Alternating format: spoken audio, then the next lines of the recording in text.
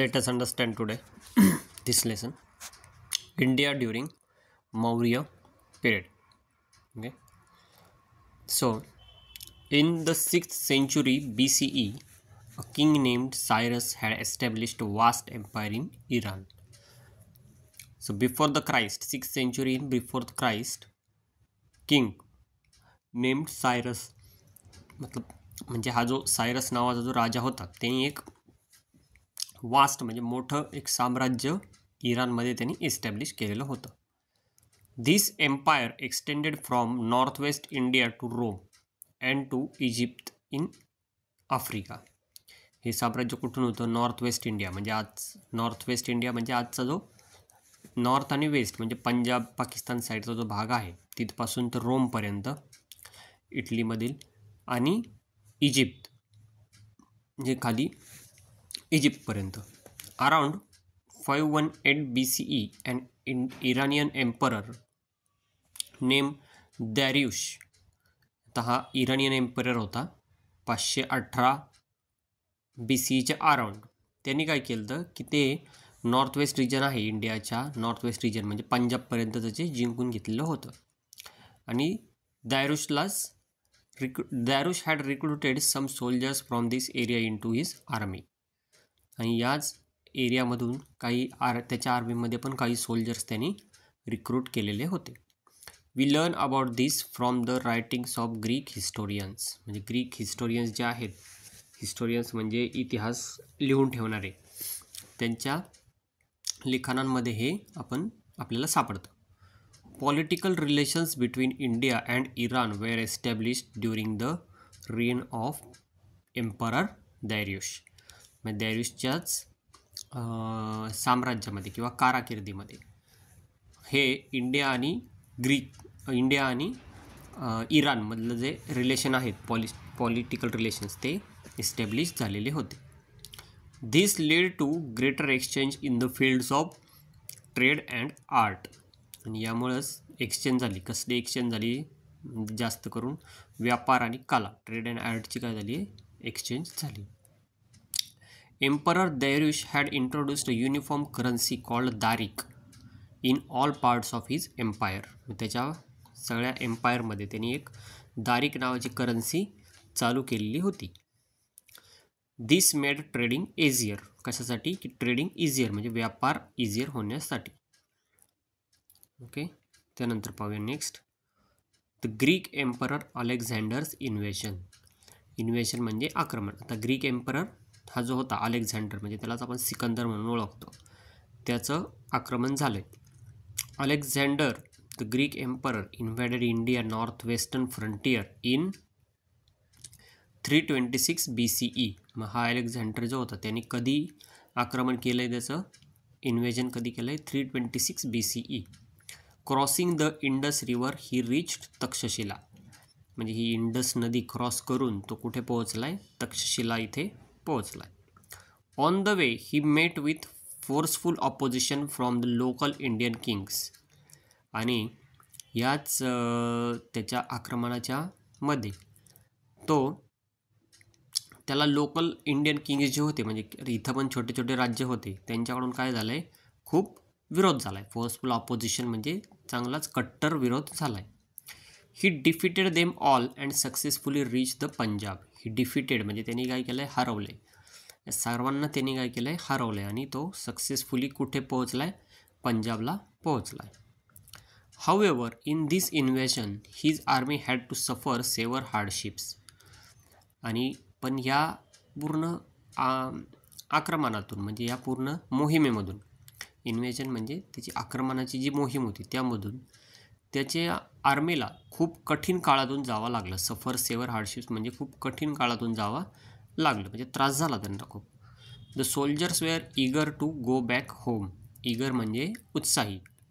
तर सोल्जर्स जे होते ते कुठं जाण्यासाठी उत्साही होते? परत होम, गो बॅक होम, घरी जाण्यासाठी उत्साही होते. They rebelled against Alexander and he was force to turn back. मग ते रेबेल्ड म्हणजे विरोध केला, विद्रोह केला त्यांनी. रेबेल्ड म्हणजे उठाव केला. मग त्यांनी अलेक्झांडरच्या विरुद्ध काय केला आहे? उठाव केला आहे आणि त्याला फोर्स केलं आहे. कशासाठी? टर्न बॅक म्हणजे परत जाण्यासाठी. He therefore appointed Greek officers to administer the conquered territories. म्हणजे हे जिंकलेले जे विभाग होते, कॉन्कर्ड टेरिटरीज म्हणजे जिंकलेले विभाग, त्यांची व्यवस्था करण्यासाठी, मॅनेजमेंटची व्यवस्था करण्यासाठी त्यांनी काय केलं आहे, ग्रीक ऑफिसर्स काय केले, या राज्यांमध्ये ठिकठिकाणी त्यांनी अपॉइंट केले. त्यांनाच काय म्हणतो आपण, सत्राप्स. त्यांनाच काय म्हणलं जातं, satraps. He started his return journey but died on the way back in 326 BCE at Babylon. मग तो 323 BCEमध्ये रिटर्न जायला निघाला आहे, पण तिथंच त्याची काय झाली आहे, मृत्यू झाली आहे. कुठं, बेबिलॉन या ठिकाणी. आणि आज हे बेबिलॉन कुठं आहे, इराकमध्ये. आजच्या मॉडर्न डे इराकमध्ये हे बेबिलॉन आहे. Alexander's campaign led to an increase in the trade between India and western world. मग इंडिया आणि वेस्टर्न वर्ल्डमध्ये व्यापार वाढला आहे. कशामुळं, या अलेक्झांडरच्या या मोहिमेमुळं. The historians who accompanied Alexander introduced India to the western world through their writings.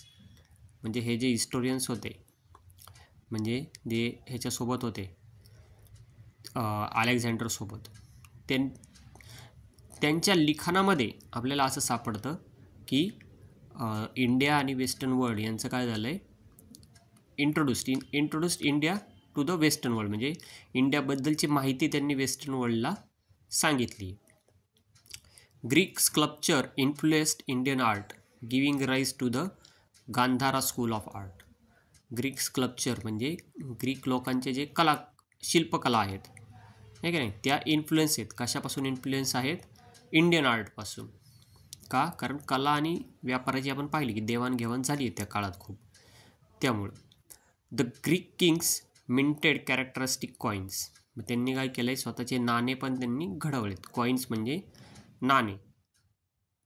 On the one side of coin had a picture of king who had minted the coin and the other side a picture of Greek God. म्हणजे त्या कॉईनच्या एका साईडला राजाचं चित्र आहे आणि दुसऱ्या साईडला ग्रीक गॉडचे चित्र आहेत. आज आपण बघतो आपल्या पण नाण्यांवर जे काही देवांचे चित्र दिसतात, तसंच त्यावेळेस त्यांनी होतं. Name of the king also written on the coin. आणि ह्याच प्रकारे की राजाचं नावसुद्धा त्या कॉईनवर लिहिलेलं असायचं.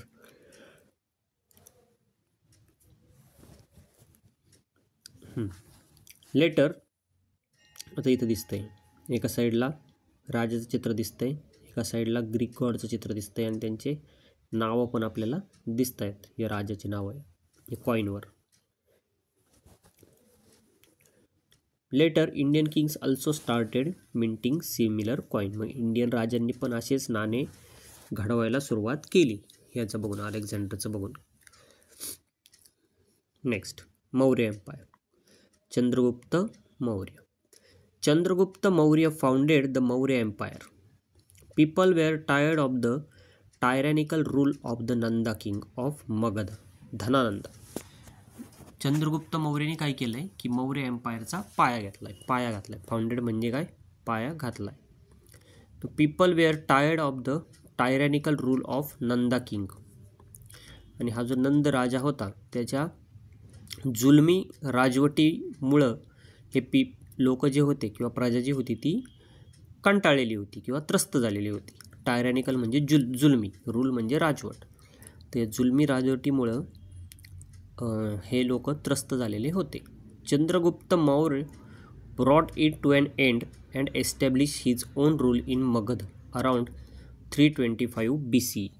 मग चंद्रगुप्त मौर्याने काय केलं आहे की ही राजवट जी आहे कोणाची, नंद किंग धनानंदाची, ही संपवली आणि त्यांनी स्वतःचं मौर्य एम्पायर मगधमध्ये स्थापन केले around 325 BCE.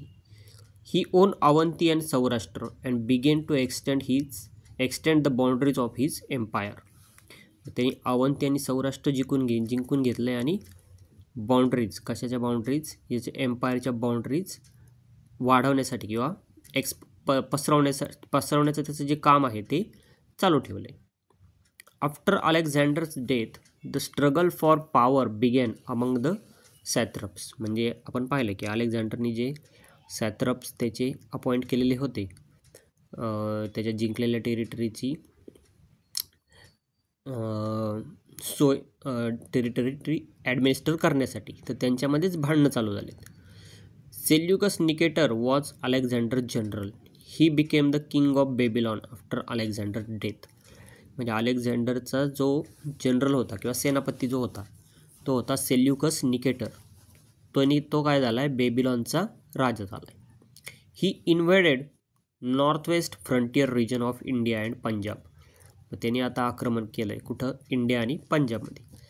Chandragupta Maurya successfully resisted his aggression. मग हे त्याचं जे आक्रमण आहे ते कुणी विरोध केला आहे त्याला, चंद्रगुप्त मौर्याने. The defeat of Seleucus Nicator led to the inclusion of the north west region of Kabul.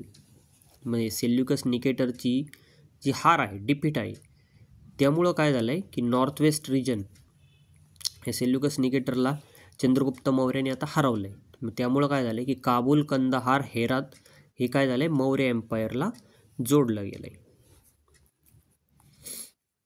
Next पाहूया. Megasthenes, a Seleucus Nicator's ambassador, stayed back at the Chandragupta Maurya's court. Megasthenes जो होता, जो सेल्युकस निकेटरचा ॲम्बॅसिडर किंवा दूत होता, तो स्टेड बॅक म्हणजे तो राहिला आहे. कुठं राहिला आहे तो, चंद्रगुप्त मौर्याच्या कोर्टमध्ये, दरबारामध्ये. His book Indica is an important source for the study of India during the Maurya period. मग त्याचं जे पुस्तक आहे कोणतं, इंडिका, तर यामध्ये मौर्यकालीन भारत कसा होता, मौर्य काळातला भारत कसा होता याविषयी माहिती मिळते जास्त आपल्याला. There is an inscription stating that emperor Chandragupta Maurya had built a dam called Sudarshan near Junagadh in Gujarat state.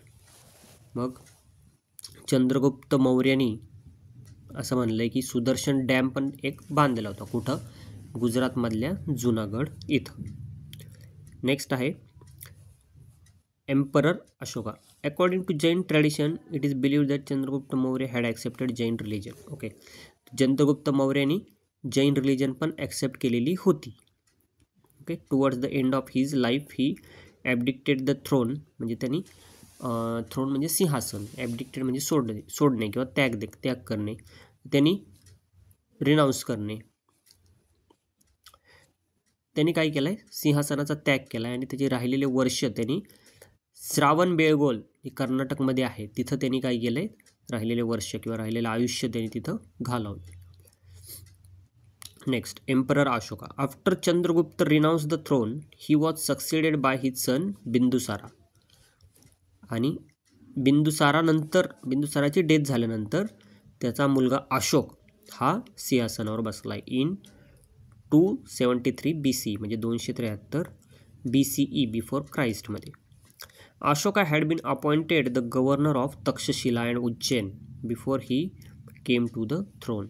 म्हणजे हा जो अशोका जो होता तो गव्हर्नर होता. गव्हर्नर म्हणजे तिथला कारभार बघणारा होता थोडक्यात. कुठलचा, तक्षशिला आणि उज्जैनचा. Before he came to the throne. Throne म्हणजे सिंहासनावर बसण्याआधी. As the governor he had successfully crushed the revolt at Takshashila. तक्षशिलामध्ये एक रिवॉल्ट झाला होता. रिवॉल्ट म्हणजे उठाव, उद्रेक, विद्रोह जो झाला होता, ठीक आहे ना, तो त्यांनी क्रश म्हणजे मोडून काढला होता किंवा दाबला होता. After becoming an emperor of Magadh he launched campaign against state of Kalinga. Kalinga occupied the region of today's Odisha state. Emperor Ashoka conquered Kalinga. म्हणजे ज्यावेळेस तो एम्परर झाला आहे मगधचा, त्यांनी काय केलं आहे, कलिंग हे राज्य होतं त्याच्या विरोधात त्याने मोहीम उघडली. आणि हे कलिंग कुठं आहे, आजच्या ओरिसामध्ये. तेच अशोकाने काय केलं होतं, जिंकून घेतलं होतं. कॉन्कर्ड म्हणजे जिंकून घेणे. अशोका's empire extended from Afghanistan in the northwest and Nepal in the north to Karnataka and Andhra Pradesh in the south. Okay, and from Bengal in the east to Saurashtra in the west. आता इथं दिसतंय आपल्याला अशोकाचं empire जो होतं, इथं दिसतंय बंगालपासून okay, हा बंगालपासून तर या पंजाबपर्यंत, आणि इकडं नेपाळपासून, इथं दिसतोय नेपाळ, नेपाळपासून इथं खाली आंध्र प्रदेश आणि कर्नाटकापर्यंत त्याचं साम्राज्य पसरलेलं होतं अशोकाचं. ओके,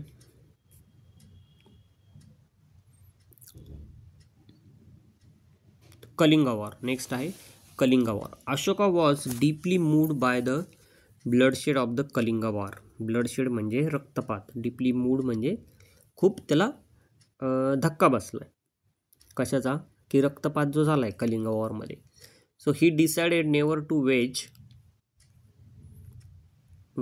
अ वॉर अगेन, म्हणजे परत वॉर करणार नाही हे काय केलं त्यांनी ठरवलं. He came to believe that truth, non violence, compassion and forgiveness were the important values. म्हणजे सहानुभूती, अहिंसा, सत्य आणि एखाद्याला माफ करणे ह्याच काय आहेत इम्पॉर्टंट व्हॅल्यूज आहेत. Ashoka wanted to spread these teachings among common people, and therefore he had pillar edicts and stone inscriptions engraved throughout his kingdom. मग अशोकालाच काय करायचं होतं की ही जी टीचिंग्स होते त्या सामान्य लोकांपर्यंत पसरवायच्या होत्या. मग त्यामुळे त्यांनी पिलर एडिट्स आणि शिलालेख, स्टोन इन्स्क्रिप्शन्स म्हणजे शिलालेख कोरलेले होते. एनग्रेव्ड म्हणजे कोरणे, शिला म्हणजे दगड, दगडावरचे जे लेख होते ते त्यांनी कोरून ठेवलेले होते. Okay, these writings are in the Brahmi script. In these inscription he is referred to as Devanampiyo Piyadasi, beloved of the god and he who looks on with affection. म्हणजे देवाचा प्रिय, बिलोड ऑफ द गॉड म्हणजे देवाचा प्रिय, आणि ज्याकडं गॉड अफेक्शननी बघतोय, सहानुभूतीने बघतोय असा. हे त्यांनी काय केलंय लिहून ठेवलं होतं त्या इन्स्क्रिप्शनच्या खाली. Another inscription states that 8 years after he ascend the throne he made conquest of Kalinga and had a change of heart on seeing the devastation it cost. अजून एक शिलालेख जो आहे त्यावर काय सापडतं आहे की 8 वर्षानंतर, म्हणजे ज्यावेळेस त्यांनी थ्रोन असेंड केला, असेंड म्हणजे काबीज केलं, त्याच्या 8 वर्षानंतर त्यांनी काय केलं आहे की कलिंगचं युद्ध केलं आहे. ओके, आणि त्याचं हार्ट जे आहे ते चेंज झालं, हृदय काय झालं आहे चेंज झालं आहे. कशामुळं? की त्यांनी हे पाहिलं आहे डिवास्टेशन, विध्वंस जो झाला आहे कलिंग युद्ध, त्यामुळं त्याचं मन उडालं आहे किंवा मन बदललं आहे. मग हे वॉर करणार नाही हे त्यांनी ठरवलं. त्यामुळं inscription of Emperor Ashoka at the Delhi Topda shows that he had put strict restriction on hunting of bats, monkeys, rhinoceros and setting fire to the forest. म्हणजे फॉरेस्टमध्ये आग लावण्यावर त्यांनी बंदी घातलेली होती. बॅट्स म्हणजे वटवागळांची, मंकी म्हणजे माकडांची, रायनोसोर्स म्हणजे गेंड्यांची शिकार करण्याला पण त्याच्याकडे त्याच्या राज्यात काय होती बंदी होती. Emperor Ashoka's work for the spread of the religion. Religion म्हणजे धर्म. आता त्यांनी बौद्ध धर्म हा जो आहे तो काय केलेला होता स्वीकारलेला होता अशोकाने. मग तो त्याचं धर्म स्प्रेड करण्यासाठी त्यांनी काय काय काम केलं किंवा पसरवण्यासाठी काय काय काम केलं ते आपल्याला यात सांगितलं आहे.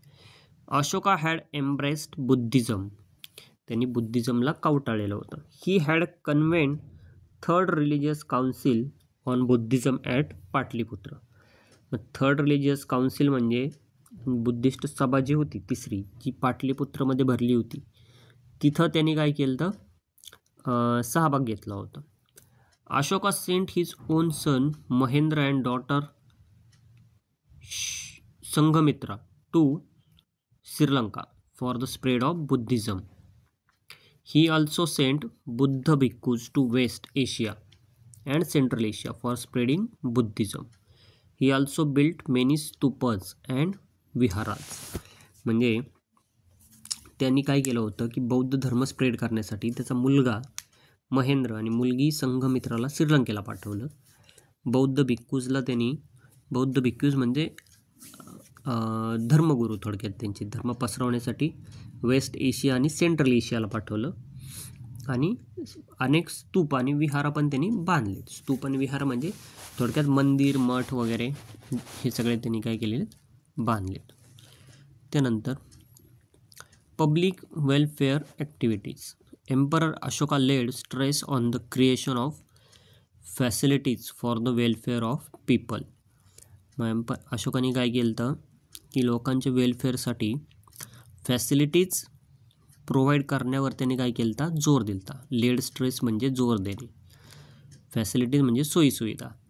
For example, he made provision for free medicines and medical treatment for people as well as for animals. म्हणजे त्याच्या राज्यात लोकांसाठी आणि ॲनिमल्ससाठी फ्री मेडिकल ट्रीटमेंट होती. He built many roads, planted trees and shade on both side of the roads. मग त्यांनी खूप सारे रस्ते बांधले, झाडं लावले. कशासाठी की रस्त्याच्या दोन्ही साईडला सावली मिळावं म्हणून. शेड म्हणजे सावली. ही डग वेल्स, बिल्ट धर्मशाळा. त्यांनी विहिरी खोदल्या आणि धर्मशाळा पण चालू केले होते. नेक्स्ट पाहूया administration during the Maurya period. Now, Patliputra was the capital of Maurya Empire. For the sake of administrative convenience, the empire was divided into 4 regions. Pataliputra ही राजधानी होती, पण कन्व्हिनियन्स म्हणजे सोप्या ॲडमिनिस्ट्रेशन होण्यासाठी किंवा सोपा राज्यकारभार होण्यासाठी काय केलं तर ही जी मौर्य एम्पायर जे होतं ते 4 रिजन्समध्ये ते काय केलेलं होतं, डिवाईड केलेलं होतं. तर कोणते 4 रिजन? सदर्न रिजनमध्ये ईस्टर्न रिजनमध्ये आहे ओरिसा, तोशाली. वेस्टर्न रिजनमध्ये उज्जैनी जे मध्य प्रदेशमध्ये आहे. सदर्न रिजनमध्ये सुवर्णगिरी कर्नाटकातलं. आणि नॉर्दर्न रिजनमध्ये तक्षशिला ते कुठे आहे, पाकिस्तानामध्ये. There was council of minister which advised king in matters of administration. म्हणजे तो एकटा सगळे निर्णय घेत नसायचा आणि त्याची काय होती, एक काउन्सिल होती, समिती होती. कशाची? मंत्र्यांची. There were many officers working at different level. खूप सारे ऑफिसर्स होते जे वेगळ्या वेगळ्या लेवलवर काम करायचे किंवा पोस्टवर काम करायचे. There was an efficient intelligence service which kept an eye on administration and on the movement of enemies. तर त्याची जी इंटेलिजन्स सर्व्हिस होती म्हणजे गुप्तचर, थोडक्यात जे गुप्त राहून छुपे राहून काम करायचे, हे लोक काय लक्ष ठेवायचे कशावर? ॲडमिनिस्ट्रेशन म्हणजे राज्यकारभार कसा चालला आहे त्यावर, आणि on the movements of enemies म्हणजे शत्रूवर सुद्धा. ओके, तर राहिलेला नेक्स्ट पार्ट आपण पुढच्या व्हिडिओत पाहू.